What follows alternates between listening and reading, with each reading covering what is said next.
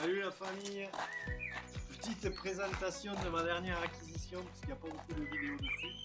La 125 Reiju Aventura. Voilà, je suis super content, c'est pas une foudre de guerre, par contre c'est hyper souple et je trouve que pour moins de 4000 euros, ils ont fait le produit super bien fini. Donc pour la petite présentation,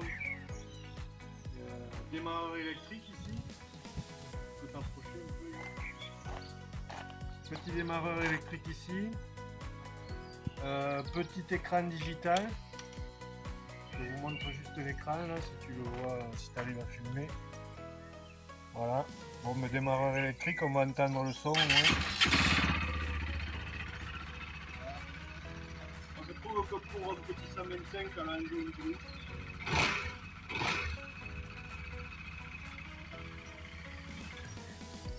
Donc après, au niveau moteur, ben, c'est un 4 temps, refroidissement liquide. Petit 4 temps, refroidissement liquide.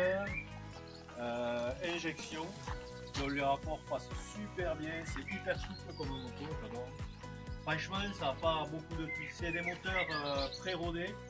Donc pendant 500 km, il faut juste faire attention de ne pas leur tirer sur la gueule en fait. Quand même à 7000 tours, on passe les rapports. Il y a 6 vitesses, dans la première en bas et les autres en haut. Au niveau des freins, freins à disque. Gros frein à disque bien simple, ça freine super bien de l'avant comme de l'arrière d'ailleurs.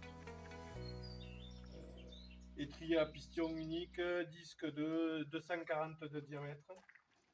Et voilà, et après moi j'ai pris une option, les phares sont super. Alors là ça change d'une mobilette, hein. Tu y vois comme sur une moto, une grosse cylindrée, c'est vraiment top. Et après j'ai pris un top case, un gros top case double, d'ailleurs je vais aller le chercher, comme ça on pourra faire l'essai de le monter, vous verrez comment ça marche. Voilà, ben le top case c'est super simple, j'ai pris un double, donc c'est assez gros, mais franchement au moins on peut y mettre deux casques.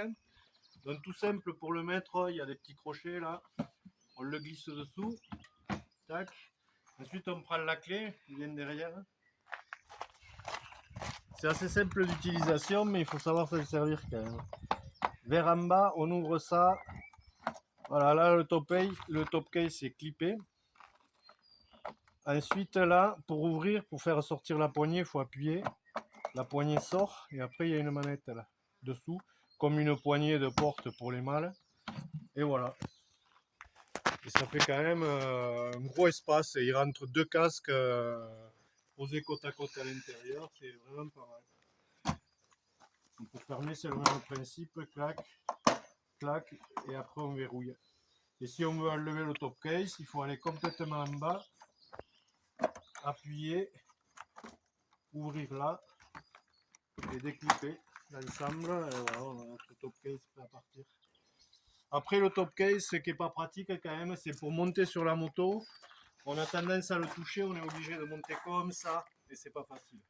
Donc souvent je l'enlève si j'en ai pas besoin quand même. Ben voilà la famille hein, pour la vidéo de présentation. Les rétros se règlent super bien, ça freine bien.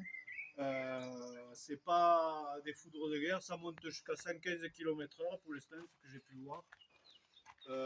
Mais au niveau de la conduite, c'est une souplesse, franchement, et c'est aussi agréable qu'une grosse cylindrée. Par rapport au prix, moi je trouve que là, pour le coup, les Espagnols, Reiju, là, ils ont fait vraiment un super modèle, quoi. Voilà, et bien un de ces quatre pour une petite vidéo balade.